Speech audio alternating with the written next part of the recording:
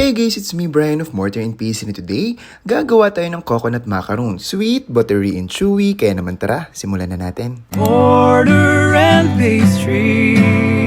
Sa isang bowl, whisk natin together yung 1 stick ng softened unsalted butter and 3/4 cups ng white sugar. Whisk in 2 large eggs one at a time and 1 teaspoon vanilla extract for flavor. Mix well to combine, then add 1 can of 300 ml condensed milk. Haluin lang natin ng mabuti, then sift in half cup ng all-purpose flour and half teaspoon salt. Mix it well to combine just until wala ng visible flour. Then lastly, fold in 2 cups of desiccated coconut. Haluin lang natin ng mabuti until well incorporated. Chill the mixture for an hour para mas madaling i-pipe, or you can scoop it directly sa ating liners. To prepare yung ating macaron tin, lightly grease natin yung top ng oil para hindi dumikit yung ating macaroons once baked. I'm using 3/4 ounce macaron liners. Then pipe in na natin yung mixture and bake sa preheated oven at 180 degrees Celsius for around 15 minutes or until maging golden yung ibabaw. After baking, cool natin sila completely. Once it sets, mas nagiging moist, shiny, and chewing texture niya, and I enjoy it even more pag galing sa chiller. This recipe makes about 48 pieces, and that's it. Enjoy your homemade coconut macaroons.